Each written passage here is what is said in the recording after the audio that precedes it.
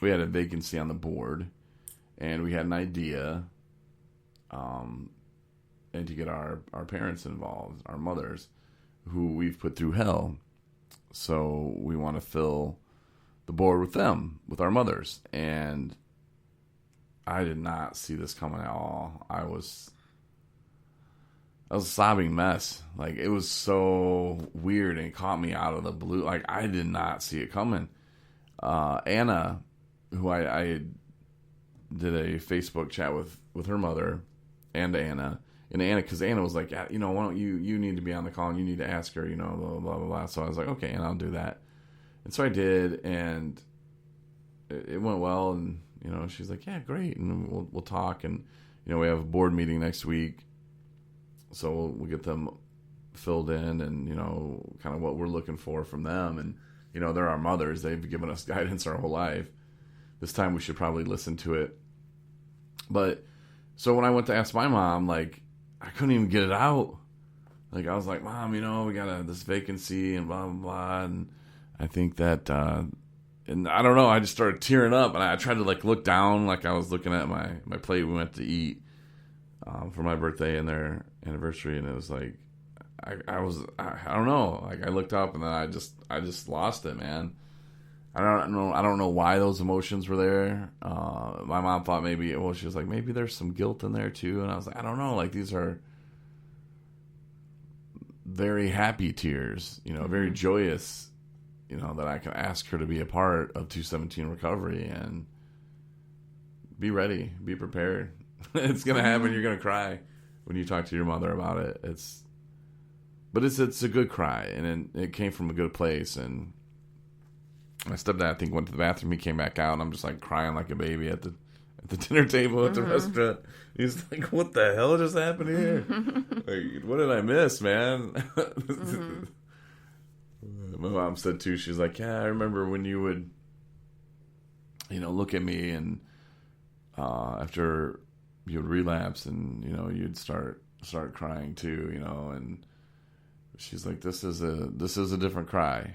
This is good stuff. This is the good cry. I was like, yeah, but I was like, why am I crying? I don't understand. I'm just asking you to be a part of 217. But then I think that's why Anna, I think she kind of knew what was going to happen if she just asked her mom. So she was like, let's have Corey do it. Mm-hmm. Man, she missed out on a good cry. I'll tell you that. Maybe she did. Maybe she talked to her mom about it later, and I'm sure she did. Mm-hmm. Talk to her mom about it. I'm sure she did cry too, and I just wasn't expecting it. I just, thought as executive director, I'm going to ask her to be. Well, I think that because 217 is such a big part of your life, and she's obviously a big part of your life, and obviously she keeps up with the show more than anything. With the podcast, and just the daily stuff that you're working on, you communicate that all the time. So, she's already on spot with everything that's going on. And then on top of it, to actually just make it official. She's always been part of it in kind of a different ways. Same with my mom too. Like I'll even talk about what I talked about on the podcast before she started listening. And, and she's always supported it and, respected it and, thought it was a fantastic idea of something for me to do. I don't know if you want to call this like a hobby, you know what I mean? Because it's essentially hobbies. What is the hobby? It's something that you do with your spare time, right? So, and it's part of my program. It's and I know it's not as as huge of a piece of like my daily thing as yours is for you, but like this is what I like to do, and what I like to talk about, on my own, like without feeling like I have to or feeling like it's part of my job to promote it. You know what I mean? Because I believe in it, and I believe in what 217 is, and what it can be and what it will be. And so I find when I'm bringing it up, or if it's brought up more so often lately, it's brought up to me, be it like the shirt, clothes that I'm wearing, or something, because my job is surrounded, obviously, with the whole, issue of substance abuse and recovery. It will get brought up, just things that I have to share about it. And then I'll say, we talked about that on our podcast. And they're like, what podcast? And then, or people that know you in the community, the recovery community. So, I mean, it's becoming a big thing. And because I'm passionate about it, it's easy to talk about it, with clients and with friends, and clients and friends. And sometimes they're the same people.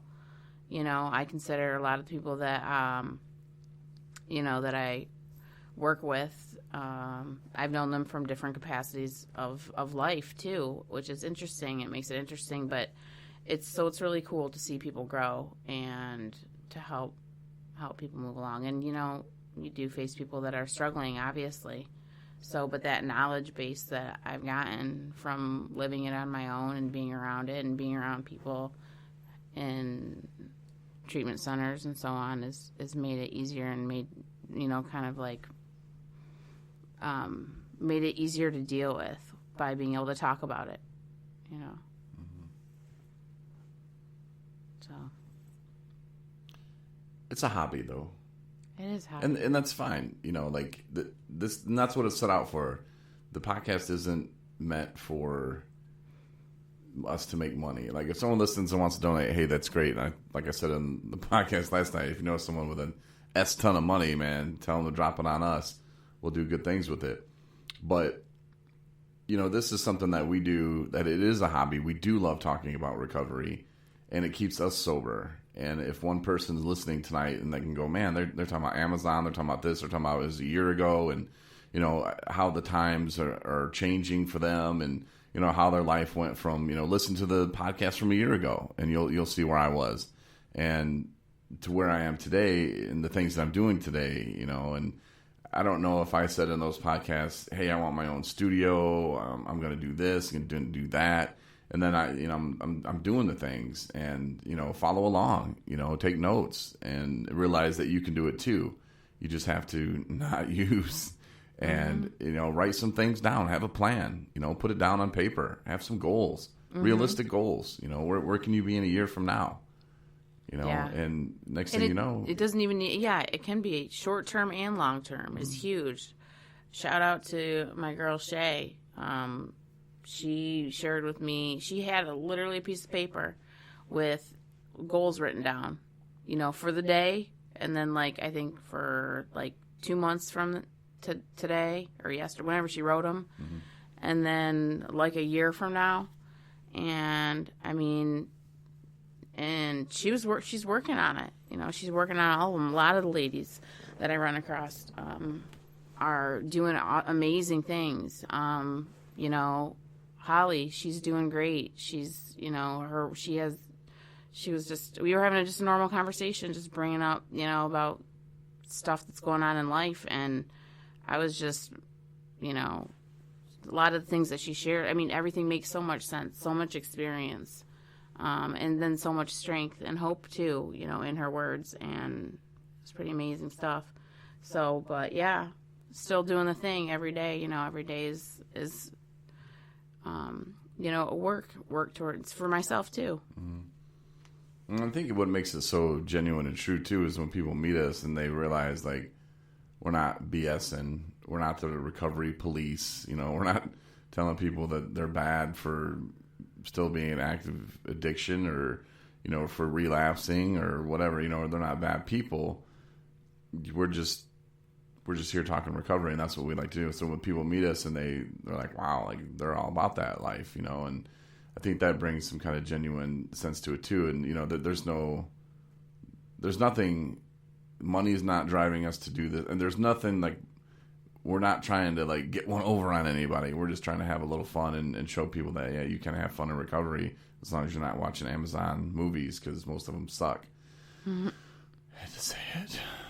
But I do want to give a shout out too, and I apologize. I haven't really been hitting my email much this last week. We went and saw Anna, and then I had this thing called, what's it called? Work. Really gets in the way of my life. And so I had to go do that for a couple days. And it just, I don't know, it was taking me away from like answering emails. And I read them. There was one that was from our 217 Recovery Ambassador. So we dubbed him. His name's Kevin. Listens in the loo. And he said he's still rocking this 217 Recovery shirt. And Kevin, we should send you another one, man. Mm-hmm. For sure. I'll hit your... I'll send you an email back again, man, and get your stats and what size you want. And we'll send you... I'll do some tinkering, because I love to do that with our logo. And I'll send you some cool stuff, Kevin. But, yeah, if you would like to be a 217 Recovery Ambassador, send me an email. All you have to do is tell everybody about it. You know, I don't care where you're at. I'll get you some stickers. I'll send you some things and, you know, pass them out at your meetings. And as meetings are starting to open back up, just say, hey, listen to this podcast, man. It really helps. Or, you know, these guys are for real about their recovery. And, you know, just help spread the word. And, you know, like I said, if we can help one person, if one mother listening can hear me, you know, talk about how my mom helped and how I broke down like a baby when I asked her to be a part of 217 Recovery and be on the board. Yeah, I mean, that's real life that happened today. That it was crazy, but if it can help one person, one family, though, that's what we're trying to do, and we're having fun with it. So it's good. Yeah. Life is good. Life is good. Yeah. I was going to talk about the best way to wake up from a nap, but we'll talk about that maybe another time. Yeah. Later. But I think we should watch another movie and try to give Amazon another shot. I know. I need to have my faith back in Amazon. I found that today. Like, I did laundry and I had, you know, like I said, lunch and stuff with my mother. But I looked at Nico because she was wanting to get petted and loved. So I told her, I was like, Nico, Daddy's going to just enjoy today. You know, I'm going to take a day off. I'm going to just shut down the brain and just relax, because that's something that I needed to do, and that's something I've been working on, is the me time. Mm-hmm. You know, what can I do today and still stay productive? I don't want to just lay on the couch, not do anything. I tried that earlier, and you were like, no. Yeah. But I was giving Nico love, and she needs it too. You know, she's a great cat, and yeah, it is very important to make some time for yourself, and it's easy to not schedule that in there. Yeah, self-care is important. Yeah, when you start the job and you work, and I gotta make money. That's why I drank, because I didn't have no money. And well, you didn't have no money because you drank. Right. But there's something to be said about scheduling that time. That just watch a movie, take a nap, pet your cat, whatever. Mm-hmm. Work on your car, do a podcast, whatever makes you happy. All right, well, appreciate you listening. Resources online. My mom sent me a message, and she's like, hey, so-and-so's sister or stepsister needs help, blah, blah, blah. And I was like, well, Mom, you'll learn as being on the board that 217recovery.com has resources for that. But the woman, I guess she didn't have insurance. I was like, well, first, you know, she lives in Michigan, so first hit up New Bridges. Is it New Bridges? New Michigan. I don't know. It's newbridgesmichigan.org or now.gov. My bad. Just Google New MI Bridges. I think that's what it is. New MI Bridges. Mm-hmm. You go there if you don't have any kind of health coverage, and you get on the Healthy Michigan plan. Right. And then once you have that, you can call the Healthy Michigan plan, because they pretty much, boom, you're approved like immediately for the most part, if you can be approved. And if you don't have insurance, most likely you will be. And then you call them and say, hey, look, I need help. I need treatment. And if you're not in the state of mind to do that, or maybe you're listening and a friend doesn't have insurance, you can help them log on, help them go through it, maybe do it for them, call the Michigan Healthy Plan, and just let them know, hey, look, I'm trying to get this person to treatment. You know, can we do an assessment over the phone? How does this work? And they'll take you through the steps and and hopefully, will lead you in the right direction. I'm sure they will. But there are resources too on our website at 217recovery.